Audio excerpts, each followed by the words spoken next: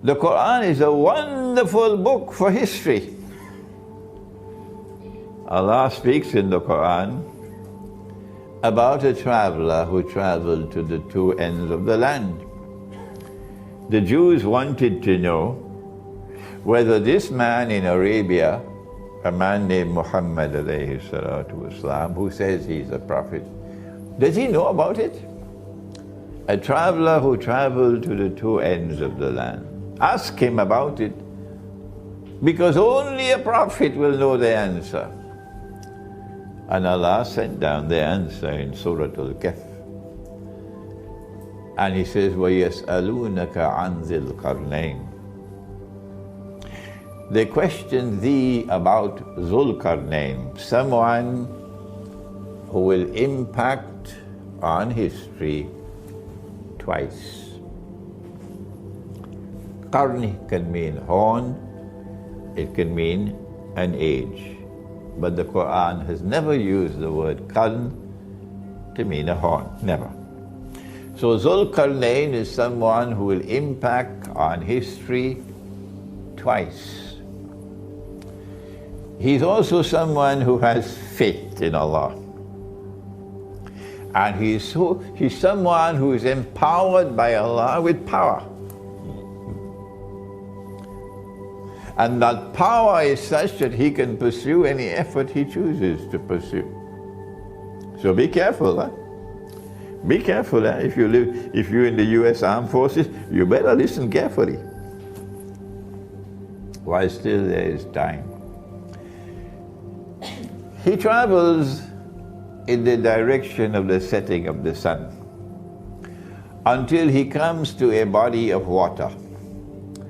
And the Quran describes it as Aynun Hamiyah, a body of water which is dark and murky.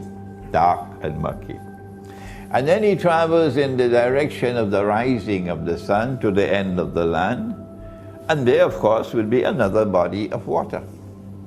And then he travels in the third direction, which takes him to a pass between two mountain ranges. And there in that pass, he comes across Gog and Magog. And only a prophet of Allah would know about Gog and Magog. I can assure you, government of Malaysia doesn't know about Gog and Magog. Security Council of the United Nations cannot tell you about Gog and Magog. No. It's the Quran. Gog and Magog are human beings. But they are human beings who are also given power by Allah. And they use that power for a specific purpose. That power is used to oppress. While in the case of Zulqarnain, he uses his power to punish the oppressor. So they are opposites. The people in that area turned to Zulqarnain and asked him, can you protect us from these evil people, Gog and Magog, who are so powerful and use their power to oppress? And he built a barrier with iron, blocks of iron. And he then said, when Allah chooses, Allah is going to bring down the barrier. When the barrier is brought down, then Gog and Magog will be released. And when they are released, then said our Prophet, Allah's blessings be upon him, that the first of them will pass by the Sea of Galilee and start to drink the water. And by the time the last of them pass, they will say, there used to be water here. Okay, so now let's go to the map, shall we? Okay, here we are. This is the Holy Land here, and the Sea of Galilee is north of Jerusalem. Jerusalem is somewhere here. Here we are, Jerusalem, and the Sea of Galilee will be somewhere here. Okay? Are you following me? Good. So if you know a little bit of geography, you have to come to the conclusion that if Gog and Magog are going to Jerusalem, and that's their destination, Jerusalem, the Hadith does not say Jerusalem, it says Baitul Maqdis. They're going to Jerusalem, that's their destination. And on their way to Jerusalem, they have to pass by the Sea of Galilee. Implication is they're coming from the north. They're coming from the north.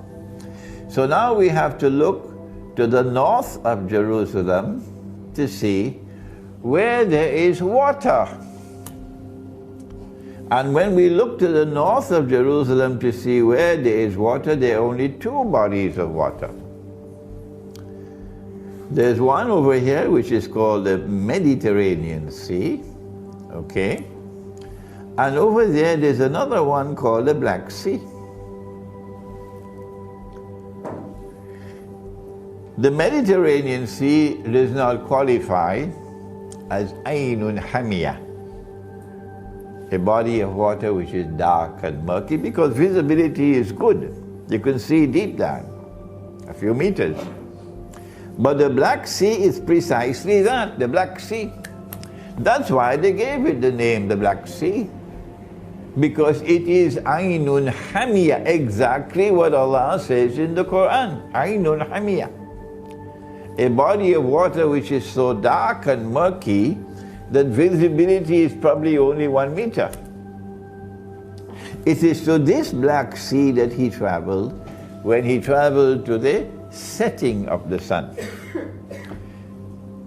There is no third option. It's either the Mediterranean Sea or the Black Sea. There is no third one. We have eliminated the Mediterranean Sea, so we are absolutely confident in ourselves and our conclusion that Zulkarnain traveled in the direction of the Black Sea. So he has to be traveling here. If he traveled in the direction of the setting of the sun and he came to the Black Sea, then when he traveled in the opposite direction, he'd come to the Caspian Sea. That's right. And in between the Black Sea and the Caspian Sea, there is a range of mountains which last from this sea to that sea. What are they called? What are they called? The Caucasus Mountains. And in the Caucasus Mountains there is one pass, only one, and it's called the Dariel Gorge. And that's where Zulkarnain built the barrier. And Gog and Magog were then contained, or to use the language of a game called chess. Zulkarnain checkmated them. Checkmated them, okay? He has power, and he uses his power to punish the oppressor. They have power, Gog and Magog, but they use their power to oppress. So he checkmated them. Over here, right here, between these two seas is the Caucasus Mountain. In the Quran, Allah refers to Gog and Magog while speaking about a town. And he says the town was destroyed, the people of the town were expelled, and then a ban was placed on them that they could never return to this town to reclaim it as their own until, number one, Gog and Magog are released, and number two, they spread out in all directions, and with their irresistible power, they take control of the world in the world order of Gog and Magog. When that happens, then you'll see these people coming back to the town to reclaim it as their own. Which town is it? The answer is now very well known. It's Jerusalem. So when you see the Jews being brought back, we're talking now about the Israelite Jews, not the European Jews. When you see the Israelite Jews being brought back to the Holy Land from Yemen, from Iraq, from Syria, from Egypt, from Morocco, all over the world, where they were spread out. وَقَطَّعْنَاهُمْ فِي الْأَرْضِ أُمَمٍ. And you see them being brought back to the Holy Land to reclaim it as their own. And you see a state of Israel being restored in the Holy Land. And you see that state of Israel rising to become a ruling state in the world. Then you must know, it's Gog and Magog. It's Gog and Magog who is doing it. The Khalifa sent an army sometime around the year 50 Hijri. Sorry, not an army. This is in all the books of Tafsir.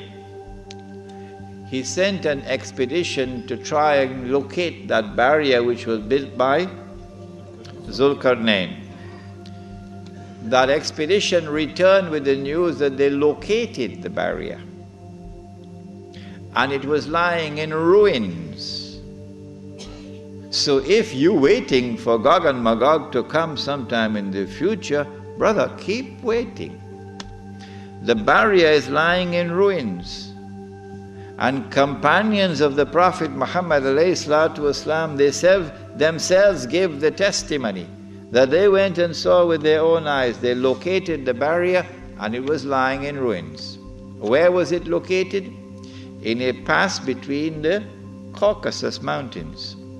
So when you hear the term white Caucasian male, there's something behind that to look into. White Caucasian male.